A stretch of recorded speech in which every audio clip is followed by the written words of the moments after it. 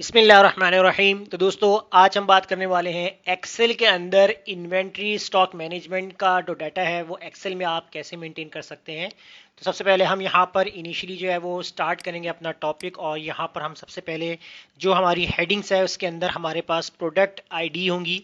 तो product ID हम mention करेंगे, और उसके बाद फिर हम यहाँ पर ऐड करेंगे प्रोडक्ट नेम। प्रोडक्ट नेम के बाद फिर आपने जो है आगे चले जाना है, और यहाँ पर आपने जो है वो ऐड करना है कॉस्ट। एक कॉलम आपका कॉस्ट का हो जाएगा, और इसके बाद फिर आप यहाँ पर ऐड करेंगे इनिशियल कॉस्ट। तो एक आप कॉलम बनाएंगे इनिशियल कॉस्ट, और इसके बाद फिर आप यहाँ पर ऐड करेंगे क्वांटिटी सोल्ड। फिर इसके बाद नेक्स्ट कॉलम के अंदर जो है वो आप ऐड करेंगे इन्वेंट्री वैल्यू।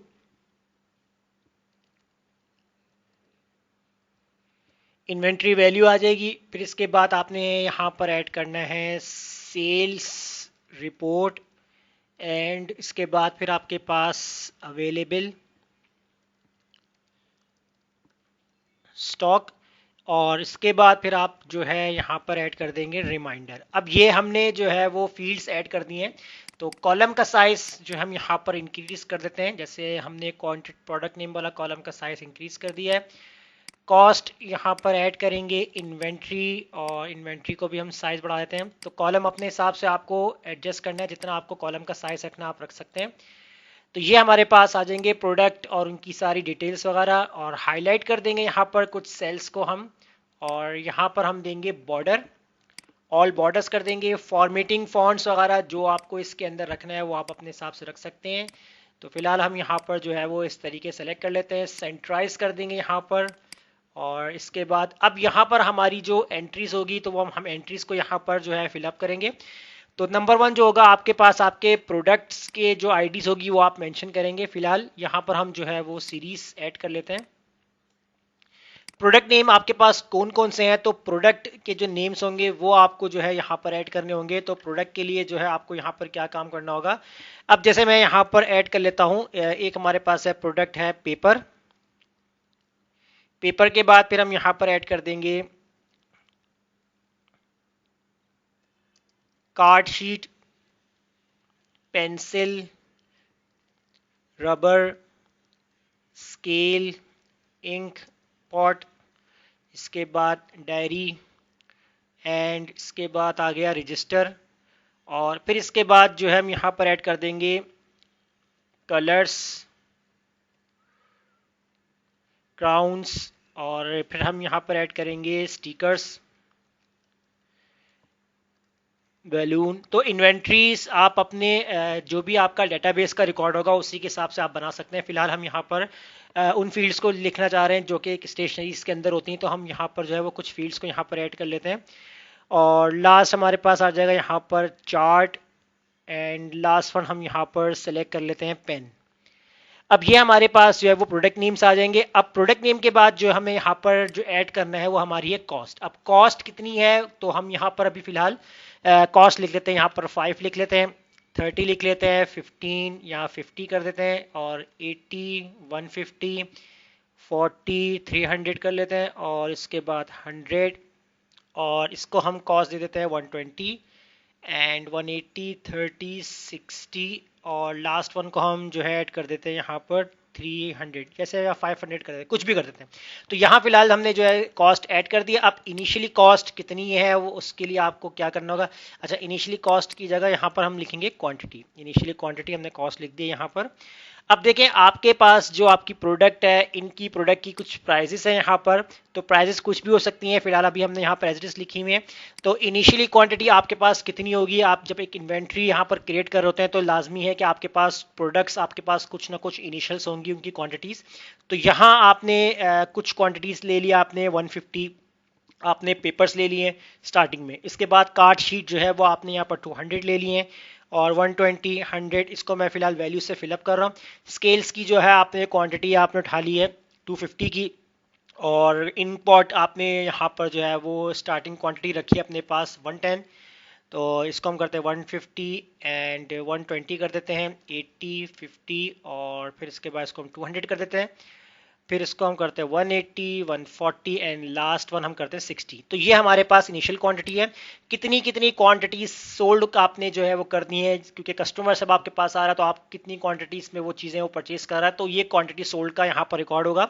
मैंने यहाँ पर लिखा 40, 20, 40, 60, 120, 80, 10, 50, 40, 30, 25 और 22 लिखेंगे, 18 लिखेंगे, 50 लिखेंगे एंड लास्ट वन हम यहाँ पर ऐड कर देते हैं 45। तो ये हमारे पास आ जाएगा। अच्छा, यहाँ हमने डबल डबल लिख दिया, तो ये आपके पास आ गया रिकॉर्ड।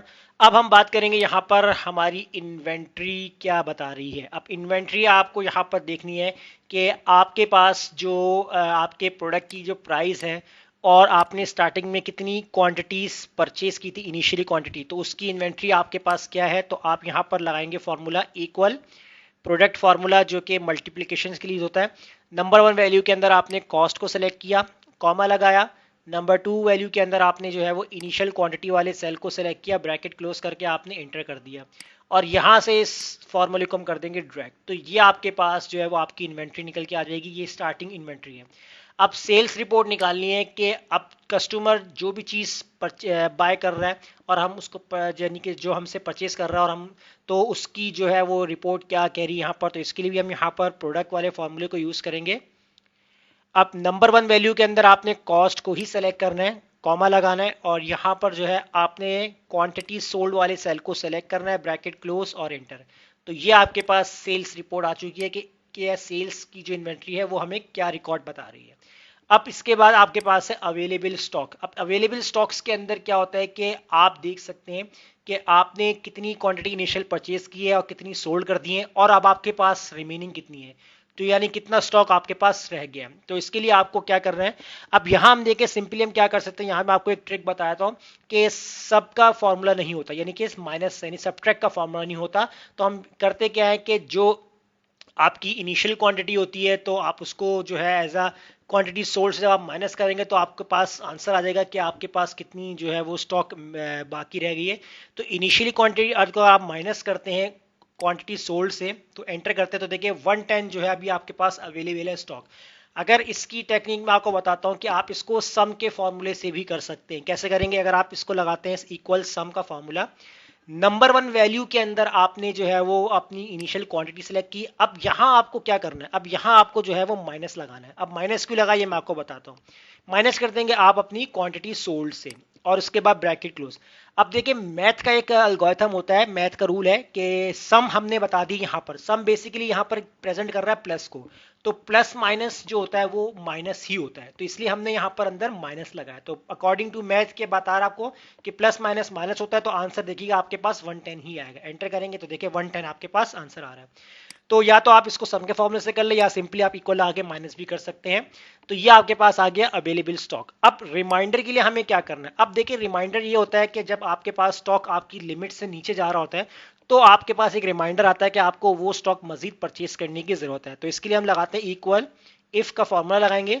लॉजिकल टेस्ट के अंदर हम अपने अवेलेबल स्टॉक वाले सेल को सिलेक्ट करेंगे अगर ये सेल हमारा लेस देन होता है या इक्वल होता है।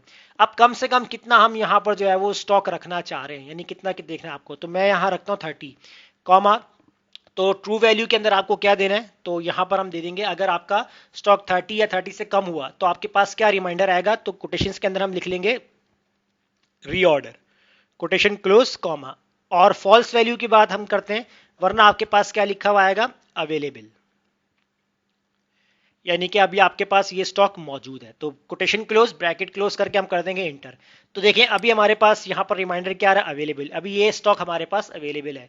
इसको हम करेंगे ड्रैग, जैसे ड्रैग करेंगे तो देखिए यहाँ पर अवेलेबल लिखा हुआ, यहाँ पर रीऑर्डर लिखा हुआ है क्योंकि देखिए 25 है यानी 30 से कम है। तो इस तरह यहाँ पर भी आपको रीऑर्डर लिखा हुआ है, 15 स्टॉक बाकी है। तो इसका मतलब आपको ये दोनों प्रोडक्ट को मजीद परचेज करना है क्योंकि ये आपके स्टॉक में शॉर्ट हो रहे हैं।